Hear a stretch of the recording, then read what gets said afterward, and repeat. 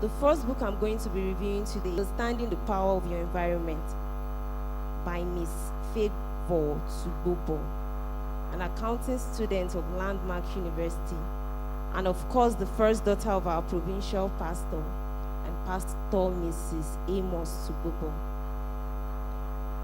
Now we'll quickly go through the chapter 1. The book comprises of 3 chapters of about 48 pages, written in a simplified English language that makes it easier for anyone to pick up and read. The content of this book, I would say, is quite explanatory, as it gives connecting subtopics to adequately explain various points to the understanding of the readers. Now, I'll quickly go through the background.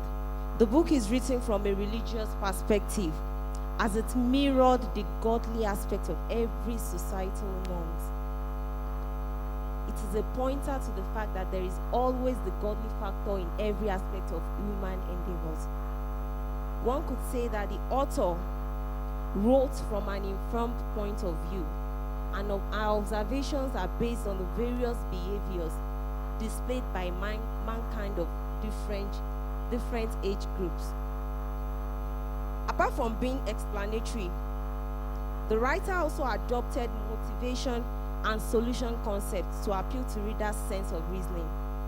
The writer's choice of words also connotes a form of temporal, if I may say, interaction between the writer and the reader. Also, the tone of writing was quite objective, as every argument put forward by the author in the book were fact-driven with backings from the scripture.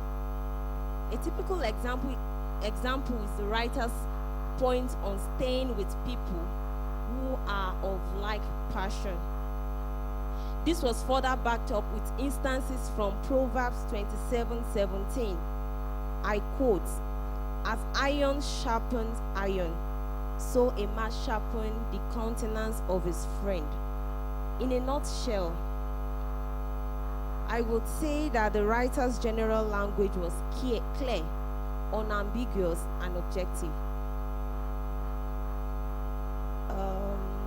The book, Understanding the Power of Your Environment, tries to bring a connection between the environment and the ways it affects us as an individual, both physically, mentally, socially, as well as emotionally. It also generally focused on the importance of obedience to God's will and commandments, as this is sacrosanct to living a fulfilled life. I specifically appreciated the way the author tries to connect the relationship between one's environment and obedience, even as it touchlights some moral issues in the society.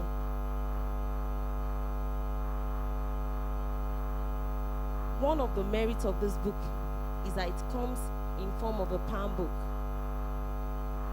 That is, it makes it easier for one to go through without necessarily having to bother about any form of bulkiness. You know, there's this old saying that if you want to hide anything from a black man or African man, you hide it in a book. This book is not like that. It is handy and self-explanatory.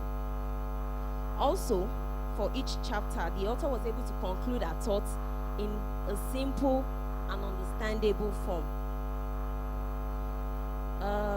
I will not continue without giving my observations and recommendations. Yes, there is no doubting the fact that the writer have done justice to the subject matter, but it is much expected that in subsequent publications, apart from scriptural references, instances should also be made on real life experiences.